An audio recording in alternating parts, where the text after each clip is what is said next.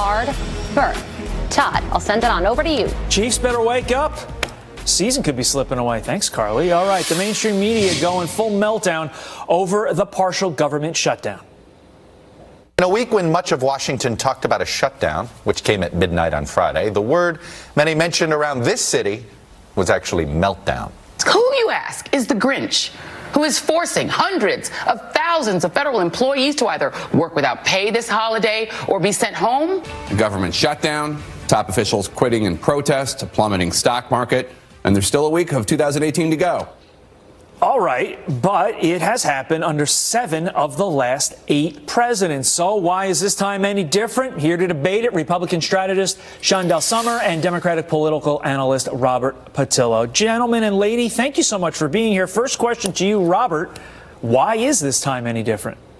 Well, we have to understand that this time the president's party has controlled the House, the Senate, the White House, the judiciary, and also this is the third time in one calendar year that these things have happened. Usually when the president has control of all 3 branches, what we see is smooth sailing. That's when you push all of your legislative agenda through. It's almost your honeymoon period after getting elected where you can do your big controversial issues. However, what we've seen is a president who's been unable to reconcile with either House or Senate leadership to get things done for the nation. And this last shutdown being a completely unforced error where you had a complete agreement in the Senate, you had an agreement in the House, and the president threw a wrench in at the last second. That's why this is getting so much attention. Chandelle, how do you respond?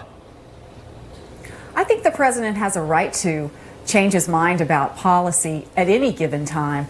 The border wall has been one of the platforms of his campaign since the beginning, and he was going to stick by it. That's what the American people want from President Trump. He's a different president. That's what's different about this particular shutdown. Let's put the numbers up on the screen because shutdowns are not uncommon. They have happened, like I said, in 7 of the last 8 presidencies. You can take a look at the numbers on your screen.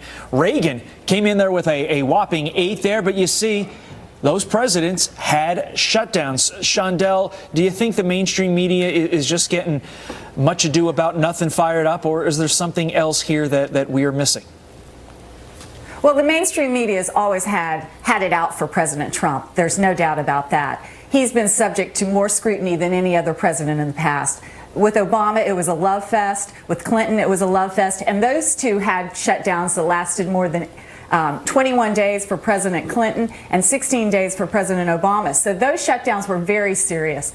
This time we've got a president who is going to stick by his insistence on a border wall. I think what you'll see is probably a situation where they compromise on some semantics. They will call it border security as opposed to a border wall and probably reach an agreement as to the amount of funding. Robert, my question to you is, it seems that $5 billion to the 3 of us is a lot of money, but to the federal government really isn't that much. The president has expressed a desire for it. Isn't this the Democrats really just playing politics over what is in the scope of the federal budget, an infinitesimal amount?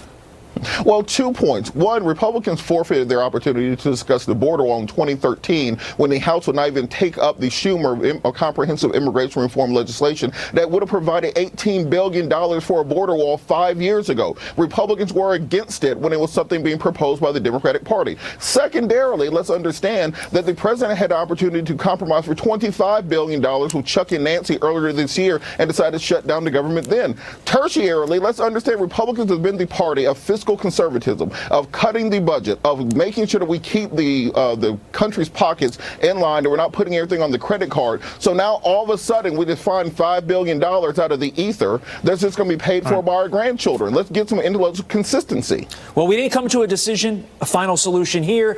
I don't think they're going to come up with one today either in D.C. as well. But thank you, Chandelle and Robert, for getting up with us. We appreciate it. Thank you. Thank you, Todd. Okay.